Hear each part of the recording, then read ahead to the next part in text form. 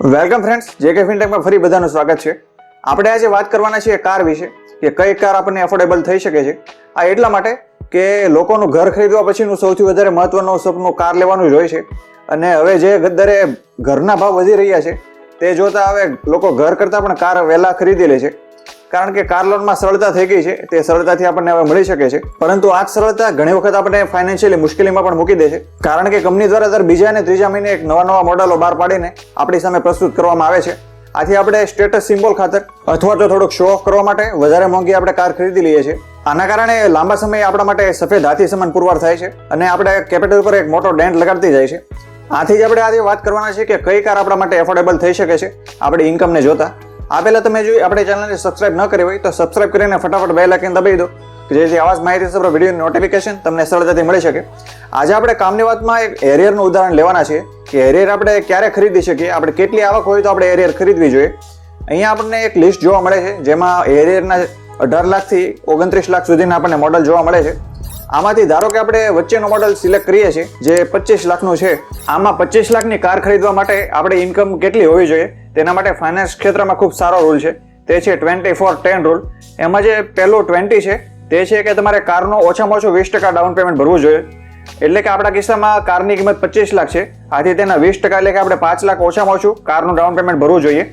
અને બાકીના 80%, એટલે કે આપણા કિસ્સામાં 20 લાખની આપણે લોન કરાવી શકીએ છીએ. આની પાછળનું એક ખૂબ સારો લોજિક છે. આપણી દરેક કારમાં 15-20% દર વર્ષે ડેપ્રેશિએશન લાગતો જ હોય છે, એટલે કે આપણી કારની કિંમત દર વર્ષે 15-20% ઘટતી જ હોય છે.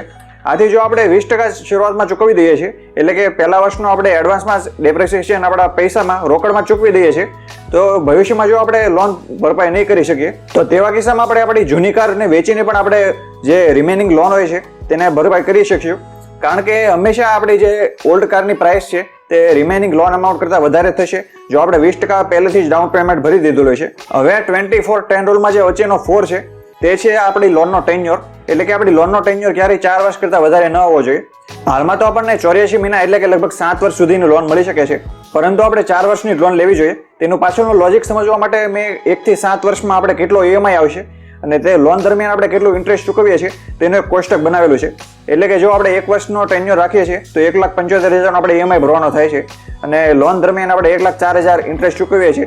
આ રીતે તમે 7 વર્ષનું જોઈ શકશો. હવે આપણે જો આ EMI અને ઇન્ટરેસ્ટને ગ્રાફના સ્વરૂપમાં જોઈએ તો આપણને ખબર પડશે કે પહેલા વર્ષે જે 1,75,000નો EMI આપણે ચૂકવીએ છીએ તેમાં આપણે 1,04,000 વ્યાજ ચૂકવવાનું થાય છે, અને 7મા વર્ષે 7,45,749ના વ્યાજ સામે આપણે 32,688નો EMI ભરીએ છીએ. આમ દર વર્ષે વ્યાજ વધતું જાય છે આપણે જેમ જેમ ટેન્યોર વધારતા જઈએ છીએ તે રીતે. આમ વચ્ચે જ આપણે ચોથા વર્ષે જ ઇક્વિલિબ્રિયમ સ્થિતિમાં જોવા મળે છે, જે પહેલા 3 વર્ષ કરતાં વધારે છે અને બીજા 3 વર્ષ કરતાં ઓછું છે. ત્યાર પછી જો બીજી બાજુ તમે EMI નો ગ્રાફ જોશો તો તમે જોઈ શકશો કે પહેલા 4 વર્ષમાં જે EMI ઘટે છે તેના પછીના વર્ષોમાં એટલો બધો ઘટતો નથી. એટલે કે પ્રથમ વર્ષે જે EMI 1,75,000 છે તે ચોથા વર્ષે 50,000 એટલે કે લગભગ 1.25 લાખ જેટલો ઘટી જાય છે, પરંતુ ચોથા વર્ષથી 7મા વર્ષ સુધી ફક્ત 18,000 ઘટે છે.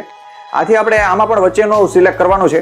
આથી જો આપણે કાર લોનનો ટેન્યોર 4 વર્ષ જ રાખીશું તો ક્યારેય આપણી ફાઇનાન્શિયલ પોઝિશન ઉપર અથવા તો આપણી કેપિટલ ઉપર ભારરૂપ નહીં બને. હવે 24-10 રૂલમાં વાત આવે છે 10ની. તે એવું જણાવે છે કે વ્યક્તિની આવક કરતાં ક્યારેય તેનો ટ્રાન્સપોર્ટેશન એક્સપેન્સ 10% કરતાં વધવો ન જોઈએ. ટ્રાન્સપોર્ટેશન એક્સપેન્સમાં ઘણા બધા એક્સપેન્સને આવરી લેવામાં આવેલા છે, જેમાં તમારો EMI પણ આવી જાય છે, ફ્યુઅલ એક્સપેન્સ પ્લસ ગાડીના મેન્ટેનન્સ પાછળ જે ખર્ચ થાય છે તે પ્લસ ઇન્સ્યોરન્સ. આ બધા ખર્ચને તમે 12 વડે ભાગીને તમે મંથલી એક્સપેન્સ મેળવી શકો છો.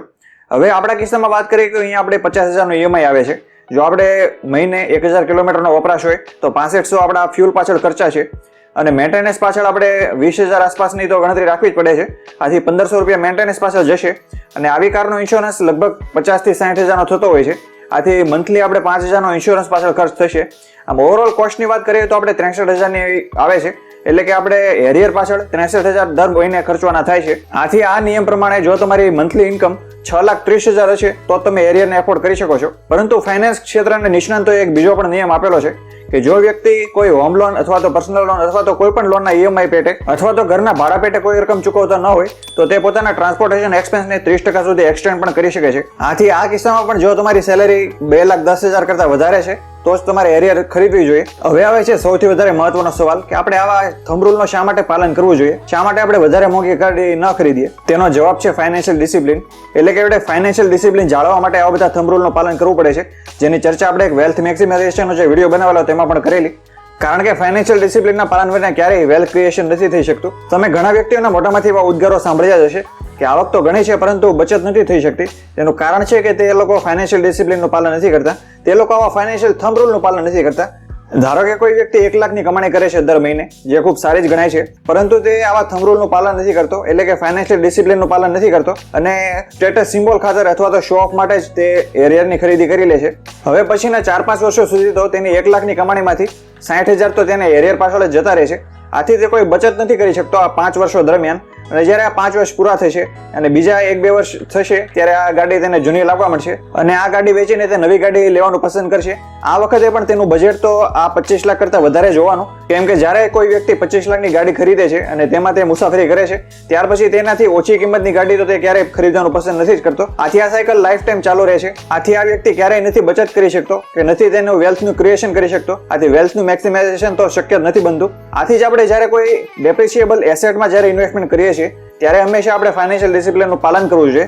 કારણ કે આ બધી એસેટમાં જ્યારે આપણે રોકાણ કરીએ છીએ ત્યારે આપણો ઇન્વેસ્ટમેન્ટનું રિટર્ન તો મળતું નથી હોતું, પરંતુ ઉલટાનું આપણા ખિસ્સામાંથી પૈસા પણ જતા હોય છે. આથી હવે જે કાર તમે ખરીદવા માંગો છો તે કારનું બજેટ તમારી ઇન્કમ પ્રમાણે 24/10 રૂલ પ્રમાણે બંધ બેસે છે કે નહીં તે તમે ચોક્કસ વિચારશો. તે આશા સાથે આ વિડીયોની પૂર્ણાહુતિ કરીએ છીએ.